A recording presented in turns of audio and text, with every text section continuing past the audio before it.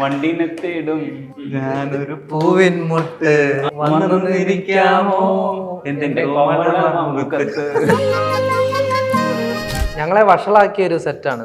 ഞങ്ങളെ പൂർണ്ണമായിട്ട് വഷളാക്കിയിട്ടുണ്ടെന്ന് വേണമെങ്കിൽ പറയാം. ഞങ്ങൾക്ക് ഫ്രീഡം ഉണ്ട്, പക്ഷെ ഇത് ഞങ്ങൾക്ക് കിട്ടിക്കൊണ്ടിരുന്ന ഒരു അമിതമായ ഫ്രീഡമാണ്. ശ്രീലാലേട്ടൻ എന്ന് പറഞ്ഞ ചീഫ് ഉണ്ട്, പുള്ളി ഭയങ്കര ടെററാ. എന്നുവെച്ചാൽ പുള്ളി ലൊക്കേഷൻ എന്ന് പറഞ്ഞാൽ ടെററാണ്, പക്ഷെ പുള്ളി ഞങ്ങളുടെ അടുത്ത് മറ്റേ പോളാം. മറ്റേ ഞങ്ങളെക്കാട്ടിലും പിള്ളേരായിട്ടാണ് ശ്രീലാലേട്ടൻ ഞങ്ങളുടെ നിൽക്കുന്നത്. രാജേട്ടൻ ആദ്യമായിട്ട് ലൊക്കേഷൻ വന്നപ്പോഴത്തേക്കിനും ഹെലിക്യാം 2 ഭയങ്കര 3 സ്റ്റിൽസ് എല്ലാം വെച്ചൊരു മാസ് ഇൻട്രോ കൊടുത്തു. ബേസിലേട്ടന് ഭയങ്കരമായിട്ട് തന്നെ നെഗടിച്ച് ബാക്ക് സീറ്റ് ഉണ്ടല്ലോ, ബേസിലേട്ടൻ അകത്തൂന്ന് ഇങ്ങനെ ഇറങ്ങുന്നു. അപ്പോഴത്തേക്കിനും ഞങ്ങൾക്ക് ഡാർക്കടിച്ച് പറഞ്ഞു എന്തെങ്കിലും പടക്കം പൊട്ടിക്കാൻ പറഞ്ഞു. അപ്പോൾ പടക്കമൊക്കെ പൊട്ടിച്ചു, വീഡിയോ ഒക്കെ എടുത്തു. ഒരു വീഡിയോ ഔട്ട് എടുത്തപ്പം ബേസിലേട്ടൻ മറ്റേ സൈഡിൽ കൂടെ കടയൊക്കെ തുറന്ന് എവിടെ നിന്നൊക്കെ വരുന്ന പുകയ്ക്ക് പടക്കം പൊട്ടിച്ച പുകയൊക്കെ ഉണ്ടല്ലോ, അതിനിടയിൽ ഇടപെടൊക്കെ ആയിരുന്നു. എന്നിട്ട് ബേസിലേട്ടൻ അതിന്റെ ഒരു വീഡിയോ ഉണ്ട്, അത് വിട്ടിട്ടില്ല. ആർട്ട് ഡയറക്ടറെ കണ്ടായിരുന്നു ഇന്നലെ. പുള്ളി ഇന്നലെ അത് പൊളിക്കുന്ന സ്ഥലത്ത് പോയപ്പോ അവിടെ ഭണ്ഡാരം ഫ്രണ്ടിലൊരു ഭണ്ഡാരം. പൈസ 500 രൂപ 200 രൂപ 10 രൂപ ചില്ല. അതിന്റെ ഫോട്ടോ എനിക്ക് അയച്ചു തന്നു. പൈസ ഇട്ടതാണ് ആൾക്കാര്. എനിക്ക് തോന്നുന്നു പടം നമ്മളൊരു 10-30 തവണയെങ്കിലും തിയേറ്ററിൽ പോയി പടം 2 പ്രാവശ്യം കണ്ടപ്പോഴത്തേക്കും നമുക്ക് പടമല്ല മനസ്സിലായി. പക്ഷെ സുഷിൻ ചേട്ടന്റെ മ്യൂസിക് കേൾക്കാൻ വേണ്ടിയിട്ട് നമ്മൾ വീണ്ടും വീണ്ടും വീണ്ടും കയറിയിരിക്കും. നമ്മൾ ഇങ്ങനെ ഇരിക്കുമായിരുന്നു, കാരണം അതൊരു ലൂപ്പ് പോലായിരുന്നു. ഗുരുവായൂർ അമ്പലനടയുടെ വിജയവിശേഷങ്ങളുമായിട്ട് ജോമോൻ ജ്യോതിറും സിജു സണ്ണിയുമാണ് നമുക്കിപ്പോൾ. ഹായ് ഹായ് ഹായ് ജോമോനെ, ഇപ്പോ ഗുരുവായൂർ അമ്പലനടയിൽ പറയുന്നതിന് മുമ്പ് ഒരു കാര്യം പറയട്ടെ.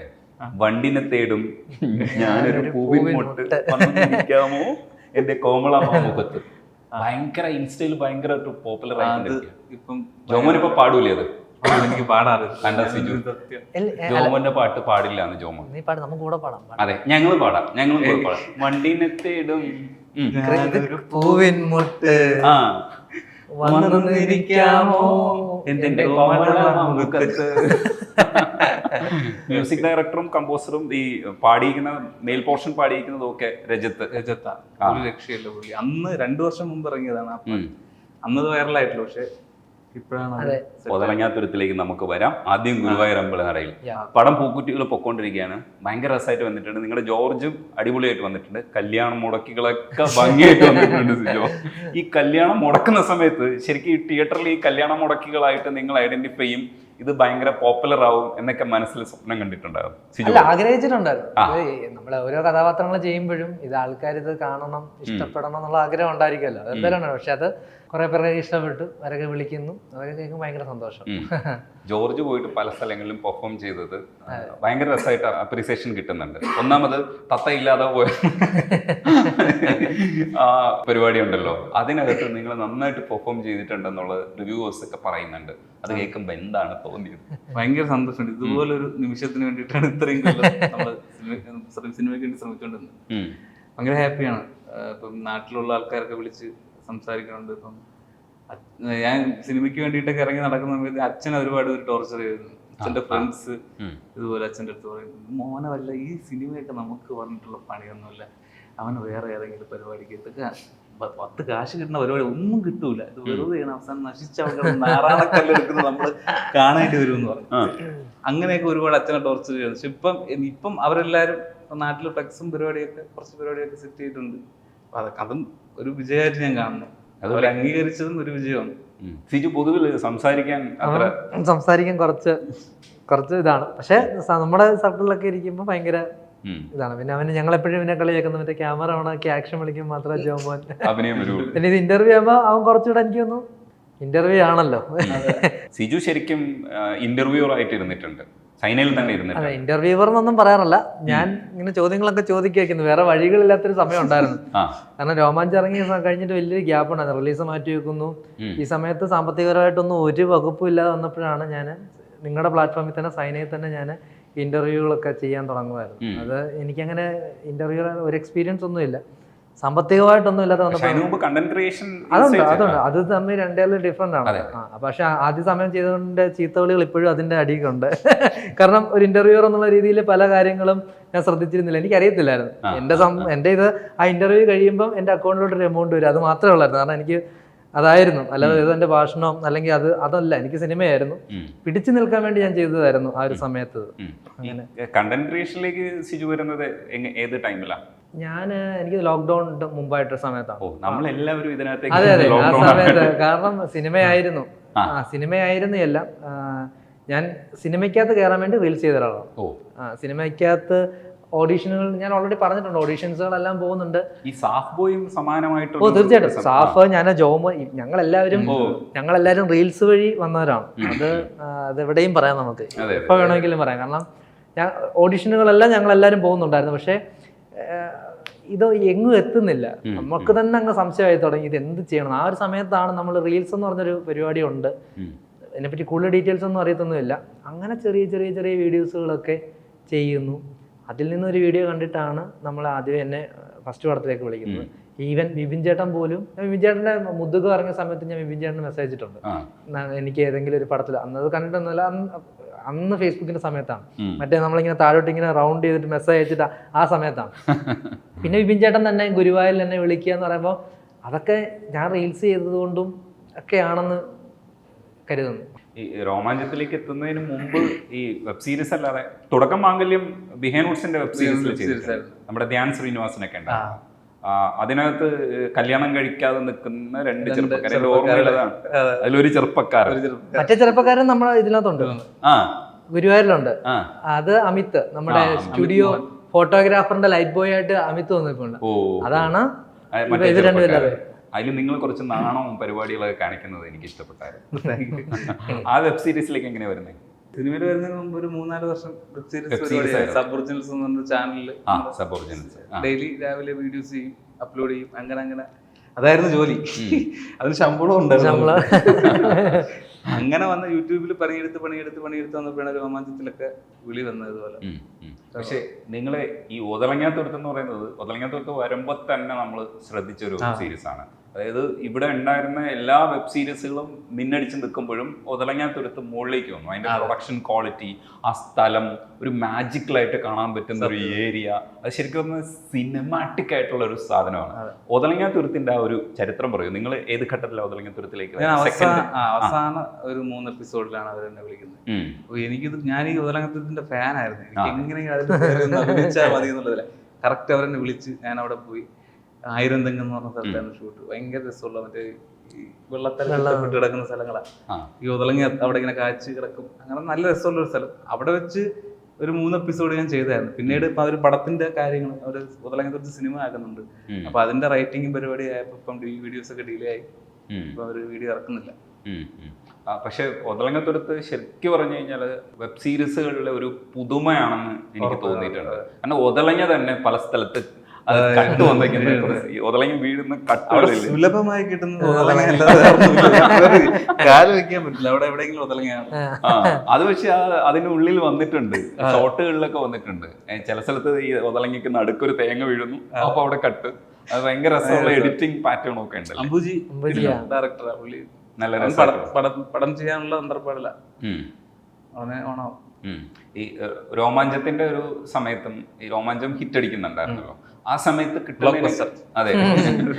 കിട്ടുന്നതിനേക്കാൾ കൂടുതൽ അപ്രീസിയേഷൻ ഇപ്പൊ കിട്ടുന്നത്. പക്ഷെ രോമാഞ്ചം വേറൊരു രസമായിരുന്നു. എന്ന് വെച്ചാൽ നമ്മൾ വിചാരിക്കാത്തൊരു സ്ഥലത്താണ് അതിന്റെ ഒരു വിജയം വരുന്നത്, രോമാഞ്ചത്തിന്റെ വിജയം വരുന്നത്. ചില സ്ഥലത്തൊക്കെ ഇപ്പൊ എനിക്ക് വലിയ പേടിയൊന്നും ഉണ്ടായില്ല. പക്ഷെ ഈ അർജുന അശോകിന്റെ ഒരു ഓട്ടം ഉണ്ടല്ലോ, ആ സ്ഥലത്ത് എന്ത് രസമായിരുന്നു. അപ്പൊ ആ പടം തിയേറ്ററിൽ കാണുമ്പോ എങ്ങനെയായിരുന്നു മനസ്സിൽ? നമ്മളെല്ലാരും ഒരുമിച്ച് 10 സിനിമ ഇറങ്ങി 1 മാസത്തോളം നമ്മൾ പ്രൊമോഷന് വേണ്ടി മാത്രം പോയിരുന്നു. എനിക്ക് തോന്നുന്നു പടം നമ്മളൊരു 10-30 തവണയെങ്കിലും തിയേറ്ററിൽ പോയി. പടം ഇറങ്ങുന്നതിന് മുമ്പ് 7 പ്രാവശ്യം കൊണ്ട് നമ്മൾ പ്രിവ്യൂ ഇരുന്നുണ്ട്. എന്ന് വെച്ചാൽ ഓരോരുത്തർ വരുമ്പോഴും ഞങ്ങൾ പോയിരുന്നതാണ്. പടം 2 പ്രാവശ്യം കണ്ടപ്പോഴത്തേക്കും നമുക്ക് പടമല്ല മനസ്സിലായി. പക്ഷെ സുഷിൻ ചേട്ടന്റെ മ്യൂസിക് കേൾക്കാൻ വേണ്ടിയിട്ട് നമ്മൾ വീണ്ടും കയറിയിരിക്കും. നമ്മൾ ഇങ്ങനെ ഇരിക്കുമായിരുന്നു, കാരണം അതൊരു ലൂപ്പ് പോലായിരുന്നു. പിന്നീട് അത് പടം കഴിഞ്ഞ് പിന്നെ തിയേറ്റർ വിസിറ്റുകൾ എല്ലായിടത്തും നമ്മൾ പോകുന്നു, പടങ്ങൾ കാണുന്നു. എനിക്കൊന്ന് കേരളത്തിലെ ഓൾമോസ്റ്റ് എല്ലാ ജില്ലകളിലും പോയി അവിടത്തേക്ക് തിയേറ്ററുകളെല്ലാം നമ്മൾ വിസിറ്റ് ചെയ്തിട്ടുണ്ട്. കാസർഗോഡ് എല്ലാ തിയേറ്ററുകളിലും പോയിട്ടുണ്ട്. അതൊക്കെ ഒരു ഓരോ ആൾക്കാരുടെ പടത്തിന്റെ റിയാക്ഷൻ കാണാൻ പറ്റി. ഗുരുവായൂരമ്പലം നടയിൽ ശരിക്കും എനിക്ക് ഫീൽ ചെയ്തതെന്ന് പറഞ്ഞാൽ ഒരു ത്രൂ ഔട്ട് ചിരിക്കാൻ പറ്റുന്ന ഒരു സിനിമ ആയിട്ടാണ് ഞാൻ തിയേറ്ററിനകത്തിരുന്നത്.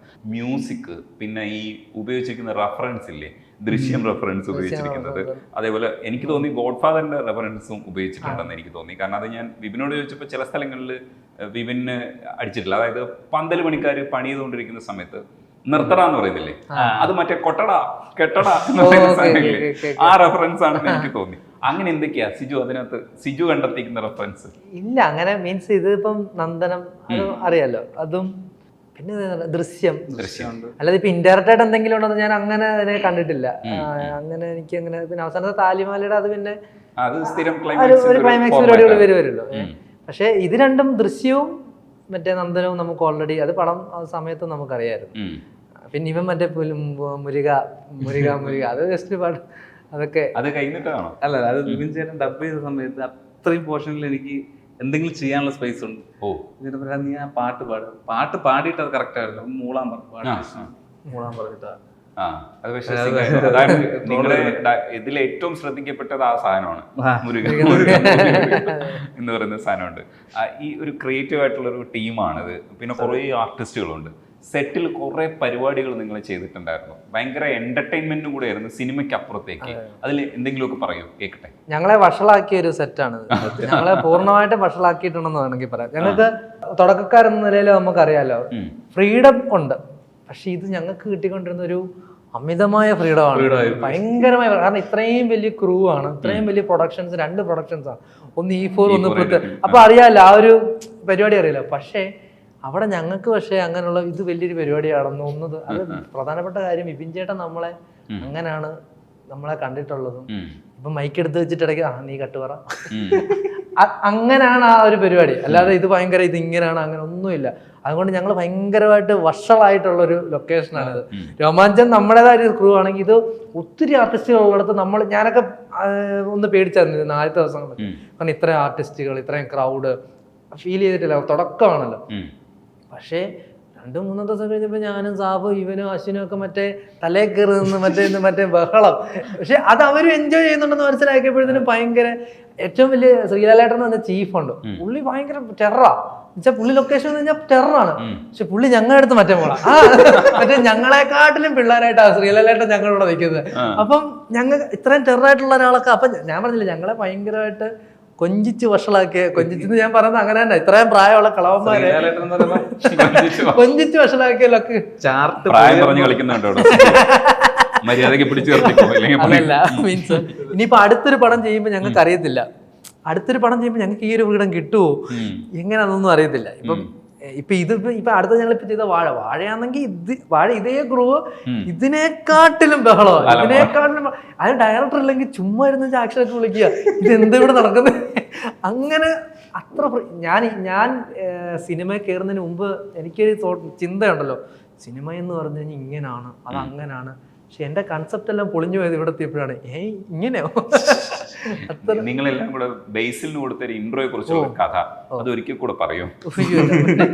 അത് മറ്റൊന്നല്ല, രാജേട്ടൻ ആദ്യമായിട്ട് ലൊക്കേഷൻ വന്നപ്പോഴത്തേക്കിനും ഭയങ്കര ഹെലിക്യാം 2 ഭയങ്കര 3 സ്റ്റിൽസ് എല്ലാം വെച്ചൊരു മാസ് ഇൻട്രോ കൊടുത്തു. ഇത് വെൽക്കം ടു ബോർഡ് എന്നൊക്കെ പറഞ്ഞ് വൈൻ വീഡിയോ ഇട്ടു.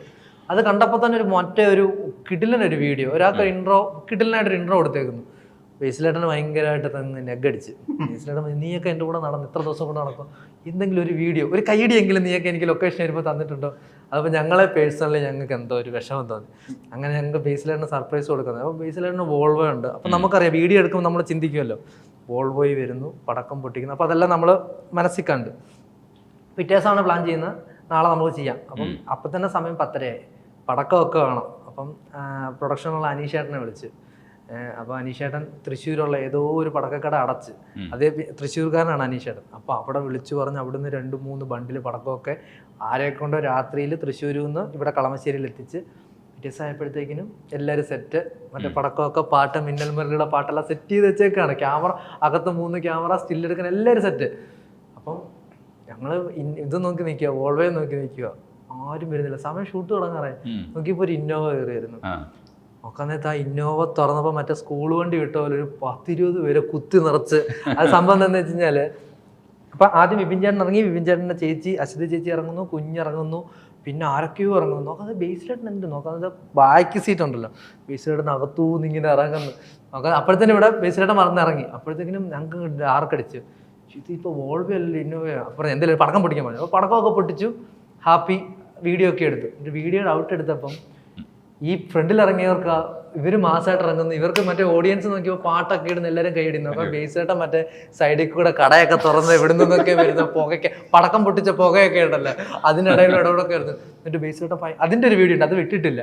എനിക്ക് കഴിഞ്ഞ ദിവസം വിപിൻ ചേട്ടൻ അയച്ചു തന്നു. വിപിൻ ചേട്ടൻ എന്നിട്ട് അശ്വിനെ എന്നെയും കണ്ണുപൊട്ടി ചീത്ത പറയുന്നു. ഇങ്ങനാണോ നടത്തേണ്ടത് ഇൻട്രോ, ഇങ്ങനാണോ നടത്തേണ്ടത്, ഞാൻ എന്തൊക്കെ ആഗ്രഹിച്ചു വന്നു ഭയങ്കരമായിട്ട് ചീത്ത. അത് വിട്ടിട്ടില്ല, അത് വിടും, അതിപ്പോ ഉടനെ വിടും. അത് കഴിഞ്ഞ് നിങ്ങൾ പോയിട്ട് കാരവനിൽ പോയിട്ട് ഒരു സാധനം ചെയ്തില്ലായിരുന്നു? അത് ലാസ്റ്റില് അത് നമ്മുടെ പടത്തിന്റെ പ്രൊമോഷന്റെ പരിപാടിയായപ്പോ, അപ്പം നമ്മള് എല്ലാവരും കോണ്ടന്റ് ക്രിയേറ്റേഴ്സ് ആണല്ലോ, എന്തെങ്കിലും ഒരു വീഡിയോ ചെയ്യാം എന്നുള്ള രീതിയിൽ ഞങ്ങൾ ഇവിടെ നേരെ തൃശ്ശൂർ പോയി. അവിടെ ബേസിലേട്ടൻ പടത്തിന്റെ ഷൂട്ടിലായിരുന്നു. അവിടെ പോയിട്ട് അത് ചെയ്ത് നമുക്ക് എല്ലാത്തിനും ഒരു ഫ്രീഡം തന്നിട്ടുണ്ട്. ഞാൻ പറഞ്ഞ ഈ ഫ്രീഡം ശാലം കൂടുതലാണ് ഞങ്ങൾക്ക് എല്ലായിടത്തും. ഒരു ബേസിലേട്ടനും ചെന്നിട്ട് ബേസിലേട്ടൻ നമ്മുടെ വീഡിയോ ചെയ്യുന്നുണ്ട്, പറഞ്ഞു ചെയ്യണം. ഞാൻ പറഞ്ഞു ഇങ്ങനെയാണ് ഇതിന്റെ ക്ലൈമാക്സ് എന്ന് പറഞ്ഞു. അപ്പൊ പറഞ്ഞു അതിനെന്താ, ഞാൻ പറഞ്ഞ ബേസിലേട്ടൻ ഓക്കെയാണ്, ഒരു പ്രശ്നമില്ല. അപ്പൊ ബേസിലേട്ടൻ പറഞ്ഞു സത്യത്തിൽ ആ പറഞ്ഞത് നമ്മളത് കുത്തി തന്നെ പറഞ്ഞത്, അതിനകത്തുള്ള ഡയലോഗ്. അങ്ങനെ ഫ്രീഡം തന്നിട്ടുണ്ടായിരുന്നു. അതൊരു പക്ഷേ സിനിമയെക്കാളും ഈ സെറ്റ് ഭയങ്കര ഒരു രസമുള്ള ഒരു പരിപാടിയായിരുന്നല്ലേ? അത് ഭയങ്കര രസമായിരുന്നു സെറ്റ് കാണാൻ വേണ്ടി. ഞാൻ തന്നെ ആദ്യമായിട്ട് കണ്ടപ്പോഴത്തേക്ക് എന്റെ കിളി പറഞ്ഞു. രാവിലെ ഈ 1500 ജൂനിയർ ആർട്ടിസ്റ്റ് അവിടെ ഓൾറെഡി വന്ന് നിൽക്കും.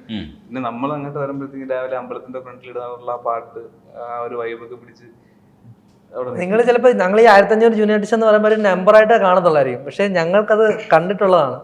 അവിടെ ചെല്ലുമ്പോൾ കാണുന്ന കാഴ്ച എന്ന് വെച്ച് കഴിഞ്ഞാൽ ക്യൂ ഉണ്ടല്ലോ, ഓരോ ടീമിനും ഓരോ കോർഡിനേറ്റർ ഉണ്ട്. ഈ ജൂനിയർ ആർട്ടിസ്റ്റിനെ കൊണ്ടുവരുന്നവർ അവരൊരു ബോർഡ് പിടിച്ചിട്ടുണ്ട്. അപ്പൊ അവരുടെ ബോർഡിന്റെ കെയർ ഓഫ് വന്നിട്ടുള്ളവരെല്ലാം ലൈനാണ്. അങ്ങനെ ഒരു വലിയ പ്രോസസ്സ് അവിടെ. രാവിലെ നമുക്ക് 6:30 ഇവരെല്ലാവരും 6 മണിയാകുമ്പോഴേ ക്യൂ എല്ലാം നിന്ന് ഇതെന്റെ ആൾക്കാർ അങ്ങനെ 1500 പേര് നിന്ന് അങ്ങനെ ഒരു സംഭവമാണ്. ആൾക്കാർക്ക് ഇത് പറയുമ്പം 1500 പേര്, പക്ഷെ ഇത് അതിനു മുമ്പ് വരുന്ന ഇവർ ആരൊക്കെ വന്നു, കയറുന്നതിന് മുമ്പ് ഇവരെല്ലാം അറ്റൻഡൻസ് എടുക്കും. ആലോചിച്ചോണം, ഈ 1500 പേരുടെ അറ്റൻഡൻസ് എടുക്കും. അങ്ങോട്ട് ഇറക്കി വിടുമ്പോഴും അതേ അറ്റൻഡൻസ് എടുക്കും, കാരണം ഇവർക്ക് പേയ്മെന്റ് കൊടുക്കണ്ടേ, ഇവരാരെങ്കിലും പോയോ. അങ്ങനെ ഇതെല്ലാം ഇതിനകത്ത് വലിയ പരിപാടികൾ അവിടെ നടക്കുന്നുണ്ട്.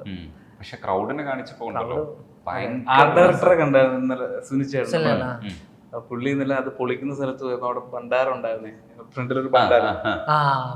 ചില്ലറ പൈസ, ചില്ലറല്ല, 500 രൂപ 200 രൂപ 10 രൂപ ചില്ലറ. അതിന്റെ ഫോട്ടോ എനിക്ക് അയച്ചു തന്നു, എനിക്ക് കിട്ടിയത്. അപ്പൊ ആ വഞ്ചിക്കാതെ പൈസ ഇട്ടതാണ് ആൾക്കാര്. പിന്നെ അതേപോലെ അവിടെ ഒരു ഗൂഗിൾ പേ വെച്ചിട്ടുണ്ടായിരുന്നു. വഞ്ചിയുടെ ഇപ്പുറത്ത് പടത്തിനകത്ത് വന്നിട്ടുണ്ടെന്ന് അറിയത്തില്ല, സ്കാൻ ചെയ്യാൻ. അപ്പൊ അതിനകത്തും ചിലപ്പോൾ ആൾക്കാർ ഇട്ടിട്ടുണ്ടാകും. അതൊരു പുതിയ വിവരമാണല്ലോ. അതാ വഞ്ചി പിടിച്ചപ്പോ 500 രൂപ 200 രൂപയ്ക്കാണ് പൈസ. വാഴയും പരാക്രമമാണ് ഇപ്പൊ എന്റെ കഴിഞ്ഞിരിക്കുന്നത്. ഇനിയിപ്പം അടുത്ത് തുടങ്ങാൻ പോകുന്ന മരണമാസമാണ്. മരണമാസം എന്നൊരു വഴി ഞാൻ എഴുതിയതാണ്. അതെ, ഏതാ നിങ്ങളുടെ പടങ്ങൾ? ബസൂക്കുണ്ട്, ലവ്ലി, പിന്നെ പെറ്റ് ഡിറ്റക്റ്റീവ്, കേക്കില്ല, കുറച്ച് പടം ചെയ്തതാണ്. വെബ് സീരീസിൽ ഇനി പോകുന്നില്ല എന്നല്ല, നല്ല പരിപാടിയൊക്കെ വരുന്നുണ്ടെങ്കിൽ ചെയ്യും. അടിപൊളി. എന്തായാലും നന്നായിട്ട് പോട്ടെ. ഗുരുവായൂർ അമ്പലനടയിൽ ഇനിയും കുതിക്കട്ടെ. അതെ, അത് നിങ്ങൾ കുറച്ചു കാലം കൂടെ ആഘോഷിക്കും. അല്ല, എല്ലാം ആഘോഷിക്കപ്പെടെ, എല്ലാ സിനിമകളും ആഘോഷിക്കപ്പെടട്ടെ. എല്ലാ സിനിമകൾ നന്നായി പറക്കട്ടെ. സിനിമകൾ നന്നായിട്ട് പറക്കുമ്പോഴാണല്ലോ നമുക്കും നിങ്ങൾക്കും ഒക്കെ ഇങ്ങനെയൊക്കെ ഇരിക്കാനും സംസാരിക്കാനും ഒക്കെ ഉള്ള നമുക്കൊരു സന്തോഷമാണ് ഒരു പടം വിജയിക്കുന്ന സമയത്ത്. ഏതായാലും നന്ദിയുണ്ട് സംസാരിക്കാൻ. Thank you.